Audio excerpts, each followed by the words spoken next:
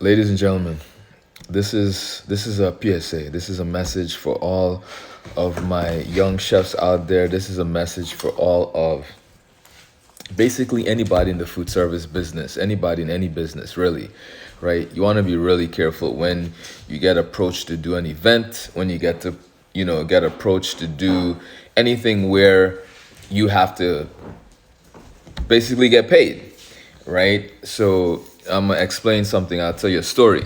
So I got approached to do an event. It's a wife's birthday party, 40 people, really nice. The husband is like, I want you to get creative with the menu, buffet style, and they quoted me a budget price. And I was like, based on what you're looking for, I can do it for this amount of money, right? And, we're talking thousands of dollars here, right? So he goes, can you put together the menu for me and, send it to me and let me see different options and, we can go from there.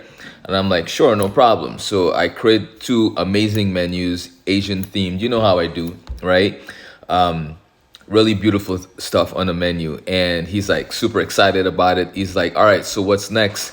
I go, do you guys want drinks, servers, full gambit, right? So I create this amazing menu, this profile. I have the servers, everything listed, the mocktails I'll be making. They didn't want to do any alcohol, but they wanted to have drinks, tea, water, that kind of stuff. So I quote him everything.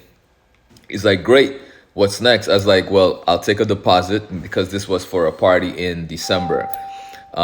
He's like, no problem. I was like, I take Zelle. Now, Zelle, whatever you want to call it, you know what I mean, right? You want to be very careful. So this is where it became very tricky. So me being in the business for over 15 years, have learned a few lessons, right? And this is where, talking to my wife, we're like, let's watch this, right?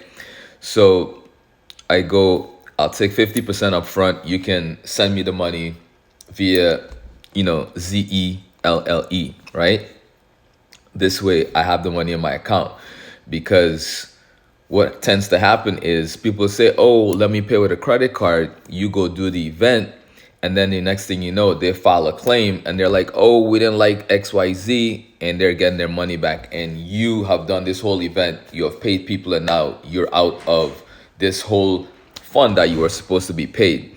So I sent him the information to pay me, and he goes, oh, I'm so sorry, I don't have access to PayPal or Square, can I pay with a credit card? I'm like, oh, don't worry about it. I'm not sending you, payment requests through PayPal or Square. You just have to send me the money through Zelle, right? Just go to your bank. You can just send the money ACH, very quick, easy deposit. You know what I mean? Takes 2 seconds. I do this all the time for people that I pay.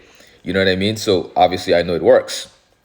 So he goes, oh, I can't, my card stuff is not working, so I can only pay with a credit card. I'm like, unfortunately, the only way I can move forward with you is if you can pay me this way. And there's no reply, crickets. You know what I mean? So that's just a big red flag to me. You want to be careful, right? Because the minute you take payment, and I'm talking, these are large payments, right? You want to be very careful because you don't know who you're doing business with, right? So these people can easily turn around and go to the bank and say, hey, this is what happened. I didn't want to spend this money, or this event, the person that did the event didn't do what they were supposed to do. I want my money back.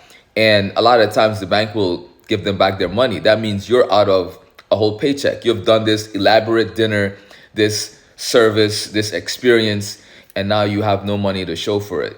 So doing big events like this is always better to either do wires or ACH, Zelle, cash. That's it. Like I don't want no credit cards. I don't even want you to pay me with PayPal.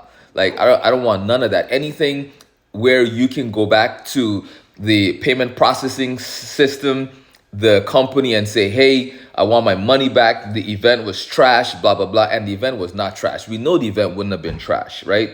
So long story short, I haven't heard back from him. It's been days. And obviously we're now moving forward. So that could have been a really bad situation. And then, it forces you to do things you don't want to do. Like, you're going to be upset, you're going to be mad, you're looking for this guy, looking for this woman, trying to get your money. And it's like, who have time for that? I don't have time for that. I'd rather not do event, not get the money, and keep it moving, like not waste my time. The only time I wasted was the fact that I created a menu and there was some back and forth in terms of dietary restrictions and what they needed for the event, etc., etc. But that's it. So be very careful, all right?